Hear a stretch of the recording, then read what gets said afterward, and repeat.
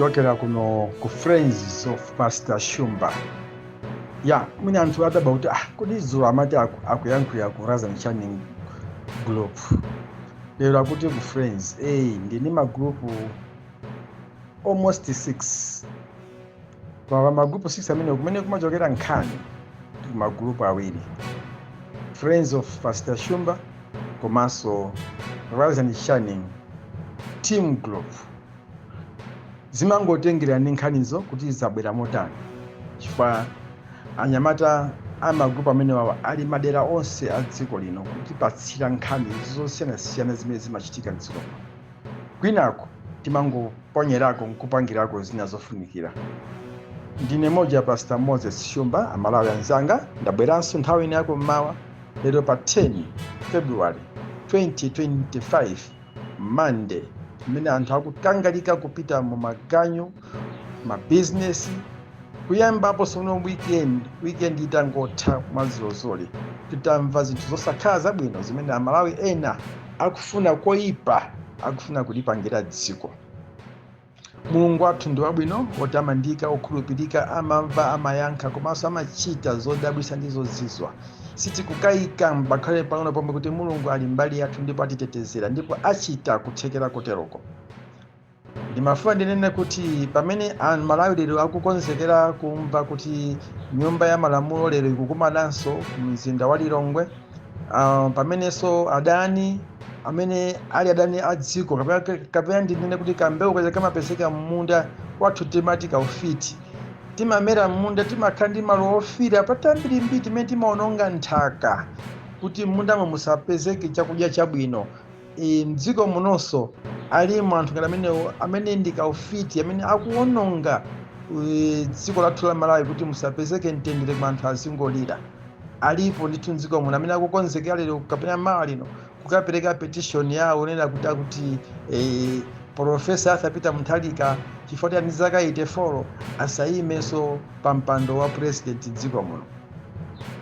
Ndimati ndikumemena Amalawi nonse kunena kuti zimenezo tazitenga tamupatsa Mulungu, ndipo Mulungu akugwiritsa ntchito ina iliyonse mphamvu zimene ali nazo kuti zimenezo zisatheke. Komabe ngakhale zili choncho kuti tampasa Mulungu, ifenso ngati eni titengepo mbali. Amanena kuti munthu sumapempha chakudya utangogona. You must do something kuti Mulungu apezerepo pokupatsira. Mukangogona kumangopempha sizingatheke kuti akupeze munthu utagona kuchipindako pa bedi pako gada kuti bwerani ndalama ndizi mukadye chakudya ufa ndi utakubweresani. Tamva kupempha kwanu mumapemphero sizimatheka. Umafunika upeze njira wekha yoti chinthu chicha chikudzerere kudzera mu njira imeneyo.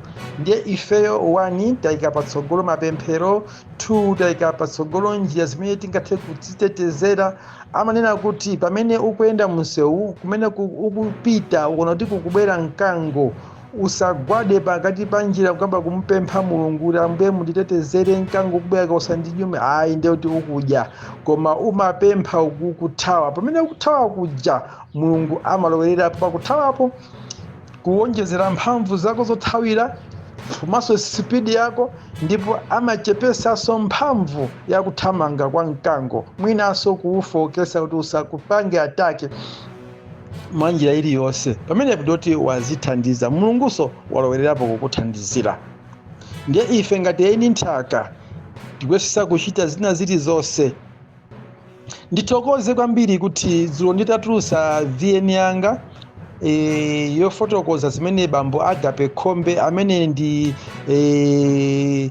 ndani wa dziko la Malawi. Tizitere kwambiri kunena kwake kuti ndi ndani wa dziko la Malawi, usati ndi ndani wa ine kapena ndani wa wina, koma ndani wa dziko la Malawi amene safunira zabwino dziko lake, akukapereka petition yake ku nyumba ya malamulo.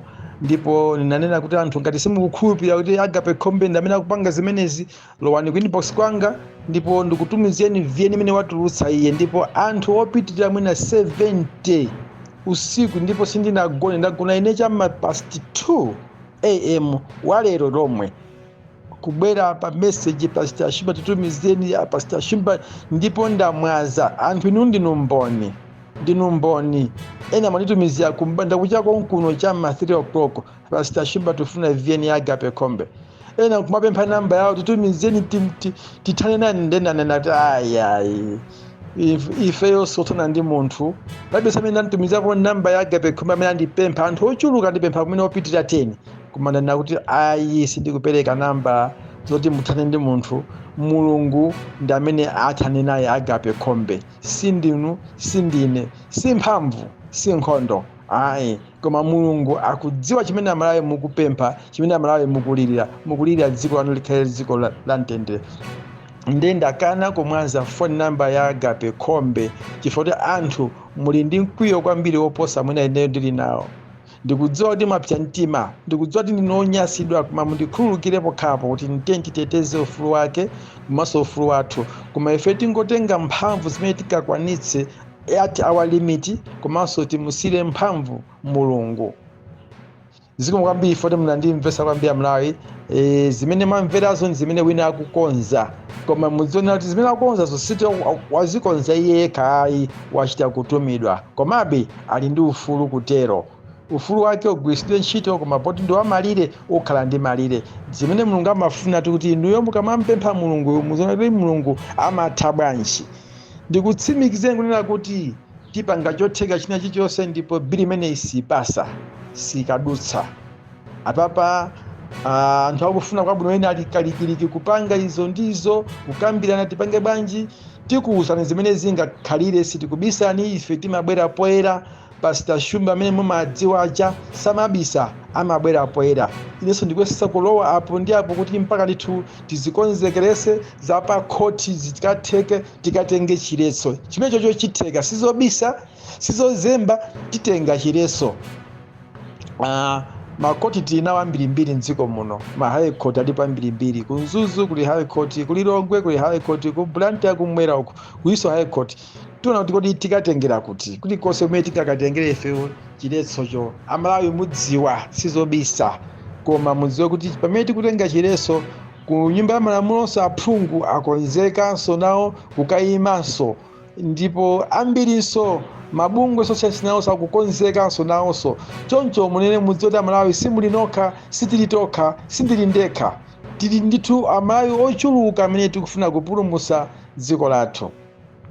Choncho mundilole kuti munthawi ino ndikapemphere nanu limodzi. Atate Mulungu wamphamvu zonse, ndikuza pamaso pano munthawi yakummawa mogonja komanso modzichepesa kuti Mulungu mwatilolanso kukhala ndi moyo mu tsiku ili. Tinali mchifanizo cha imfa, Mulungu sitinadziwenso kuti ndife ayani mkati mwatulo, koma Mulungu mwagwira ntchito yayikulu kutitembenuza kufikanso nthawi yakummawa amene mwatizutsa. Tikudziwa kuti wena sanadzuke bwino mkati mwawo muli mavuto, matenda, zofowoketsa, njala, kukhumudwitsidwa, mwinanso kusowa chochita, abalalika, asweka mitima yawo.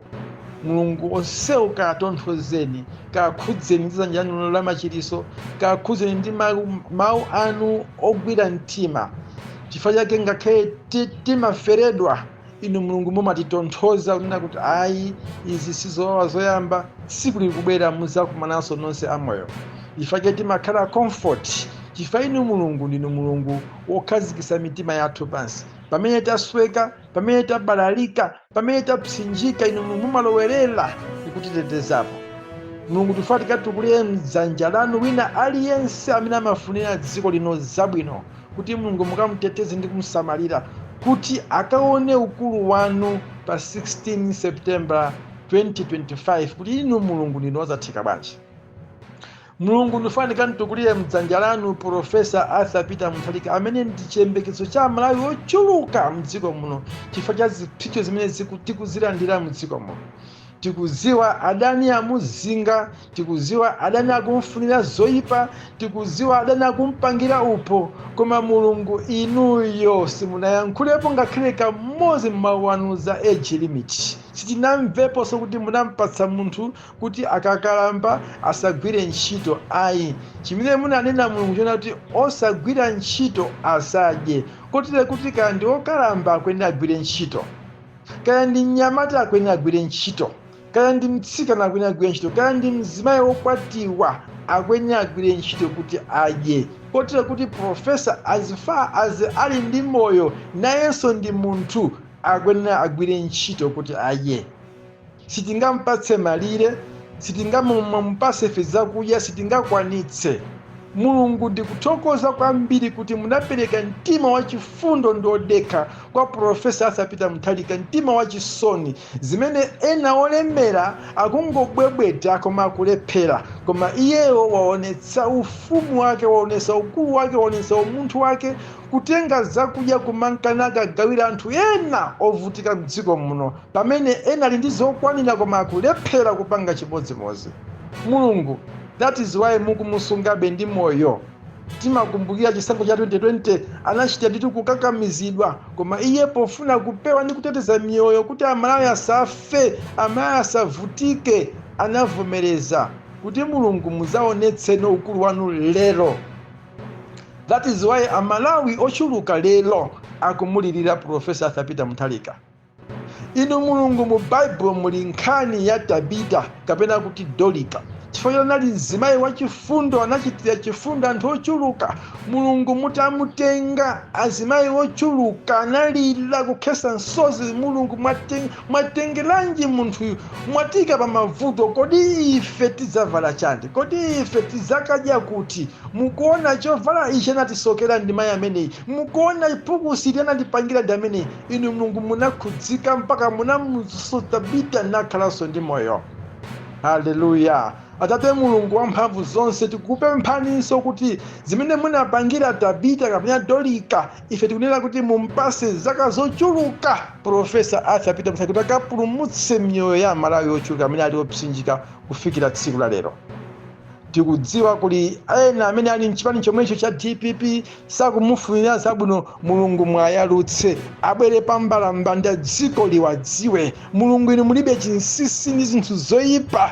Mulungu tikudziwa vumbuluso lina kwa munthu wina, kati sindine mupanga kwa munthu wina kuti Amalawi akamudziwe munthu kuti ndi woyipa mwa mtundu wanji. Popeza Mulungu ninu okhulupirika muchina chilichonse, tikudziwa munteteza mpaka na Africa pa 6 September, ndipo Amalawi amuvotera ndipo adzawina chisankho chimene, ndipo dziko la Malawi lizasinthika. Tona ni Mulungu maedi ambirimbiri dziko muno ochokera mdziko la America ayimitsidwa. Mulungu mudziko momwe anthu ambiri amene akudalira kumwa ma ARV kuti akhale ndi moyo.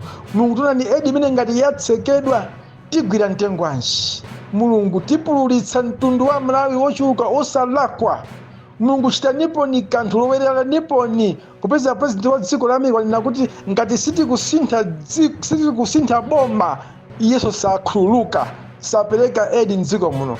Atate Mulungu wamphamvu zonse, kalowerere niponi kuti mwina pamankhwala pokhapa Amalawi akapulumuke, mwina panjala pokha Amalawi akapulumuke. Tikudziwa Mulungu mukhala nafe, mutitetezera. Inu mukufuna mudzionetsere nokha ukulu wanu, mudzionetsere nokha kupambana kwanu. Ndikupemphera wina aliyense mudziko muno amene ndi okhudzika ndi Malawi, wina aliyense amene ali ku dziko lakunja amene ndi okhudzika, tonse tikagwirane manja kuti tikapulumutse dziko lathu. Samusire yekha Profesa Arthur Peter Mutharika, koma tigwirane manja ngati ana banja limodzi. Tithokoze kwambiri mwapaderadera president wa chipani cha Afodi Bambo Enoch Kanzingeni Chihana. Mulungu mukampase moyo wamphamvu ndi wathanzi, mukampase mzimu wodzichepetsa, mukampase mzimu ofuna kuthandiza dziko la Malawi. Chifukwa choyankho kunena kuti sizitheka kuti age limit ikapase, chifukwa chofuna kuthana ndi Profesa Arthur Peter Mutharika. Ndi mtsogoleri khala amene wayankhula momveka bwino mdziko la Malawi, mwatsogoleri ena onse otsusa boma. Mulungu ndikuntukula mudzanja lanu kuti ngati kuti kothekera dziko ndikuliphira mavuto ene kuchihana. Mulungu musamwiwale pomuyika, mudzina ndi mphamvu yanu Mulungu ndapempha izi. Amalawi nonse munene kuti amen. Ndine Pastor Moses Shumba, mwana wa mkango wa ku Malawi, mwana wa Nankhoma, amene saopa, sadzidzimuka, satekeseka, sahongedwa, sadya ziphuphu, koma amangofuna kufera Malawi kuti Malawi azakhale dziko lokoma. Baba.